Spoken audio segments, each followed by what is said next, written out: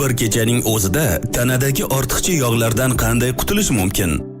Har birimizning tanamizda yog' birikmalari mavjud. Hatto baxtli go'zal qomat egalarida ham. Bu normal holat.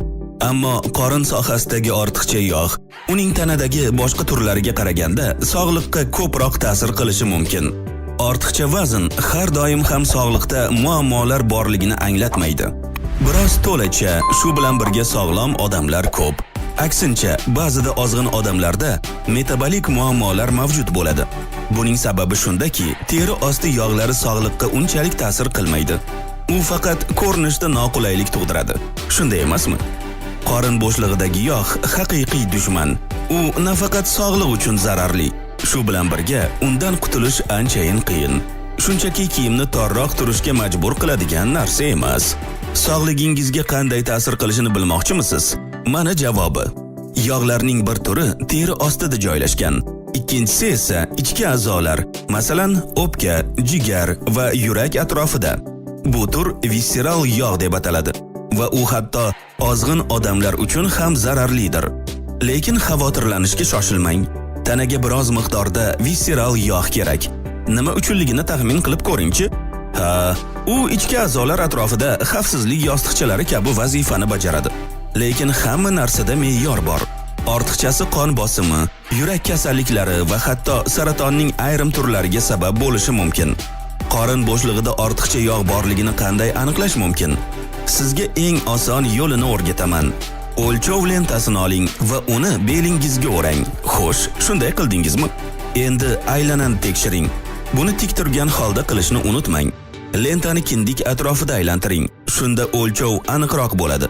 Siz ayol kishi bo'lsangiz va belingiz o'lchovi 89 sm dan kam bo'lsa, xavotirga o'rin yo'q. Hammasi joyida.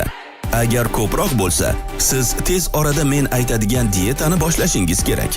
Siz erkak kishi bo'lsangiz va belingiz atrofi 101 sm dan kam bo'lsa, hammasi a'lo darajada. Ko'proq bo'lsa, parhez yaxshi yechim bo'lishi aniq. Qomatning ikki turi mavjud. Bo'ksa beldan kengroq bo'lishi, ya'ni nok shaklidek. Bel bo'ksadan kengroq bo'lishi, ya'ni olma singari. Nokka o'xshashi olmadan ko'ra xavfsizroq. Nima uchun? Sababi olma shakli qorningizda ortiqcha yog' borligini va aynan shu uchun ko'proq visceral yog' mavjudligini ko'rsatadi. Endi agar o'lchov sizning belingizda ortiqcha yog' borligini ko'rsatgan bo'lsa, hatto vazn bilan bog'liq muammolar bo'lmasa ham, u bilan xayrlashish yo'llarini izlashingiz kerak. Vazifa murakkabdek ko'rinadi, lekin taslim bo'lmang. Buni bir kunda amalga oshirish mumkinligini aytsam, hayron bo'lmaysizmi? Ushbu video orqali men sizga yog'larni yo'qotishning ajoyib, samarali va tez usulini ko'rsataman. Qachondir diyeta tutganmisiz? Ehtimol, ha. Bu qanchalik charchatishini yaxshi bilsangiz kerak. Ammo men aytadigan parhez nafaqat qomatni tekis qiladi, balki ortiqcha vazndan xalos bo'lishga va salbiy kaloriyalarni yo'qotishga yordam beradi. Bundan tashqari, tanangiz tozalanadi. Qiziqyapsizmi? Parhez smuzi, sharbatlar va choydan iborat.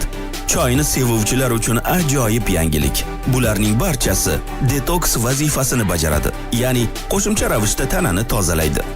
Bunday parhez sizga energiya beradi va eng muhimi, maftunkor qomatga erishasiz. Agar sizga manzur bo'lsa, marhamat, foydalaning. Xo'sh, dunyodagi eng ajoyib parhez sirini bilishga tayyormisiz? Bu shunday ketma-ketlikda bo'ladi. Ertalab soat 8 da boshlaysiz. Limon sharbati bilan 1 stakan iliq suv iching. Boshlanishi yaxshi. Bir necha soatdan keyin apelsin yoki olma sharbati bilan yana 1 stakan iliq suv ichasiz. Qiziqarli bo'lyaptimi? Keyin tushlik vaqtida 1 piyola ko'k choy tayyorlang. Yomon emas. Yana 1 soatdan keyin sabzi sharbati bilan 1 stakan sovuq suv iching. 15:00 da sevimli choyingizdan yana 1 piyola iste'mol qilasiz. Parhez yoqyaptimi? 17:00 da o'zingiz yoqtirgan sharbatdan 1 stakan ichasiz. Bu kun davomidagi eng ajoyib dam bo'lishi aniq. Yana bir necha soatdan keyin 1 chashka ko'k choy iching. 21:00 da greypfrut sharbati bilan 1 stakan suv iching. Deyarli oxiriga yetdik. Nihoyat yana 1 soat o'tgach, soat 22:00 da diyetani boshlaganingizdek tugating. Ya'ni limon sharbati bilan 1 stakan iliq suv iching. Yoddan chiqarmang. Ichimliklarga sun'iy ingrediyentlar qo'shilmasligi kerak. Ishonishingiz qiyin, ammo atigi 24 soat ichida qorindagi ortiqcha yog'lar erishni boshlaydi. Bundan tashqari, tanangiz toksinlardan xalos bo'ladi. Xo'sh, nimani kutyapsiz? Ertadanoq boshlang. Siz boshqa qiziqarliroq parhezlarni ham bilasizmi? Ularni video ostidagi izohlarda baham ko'ring. Natija qanday bo'lganini ham yozishni unutmang. Like bosing va kanalga obuna bo'ling.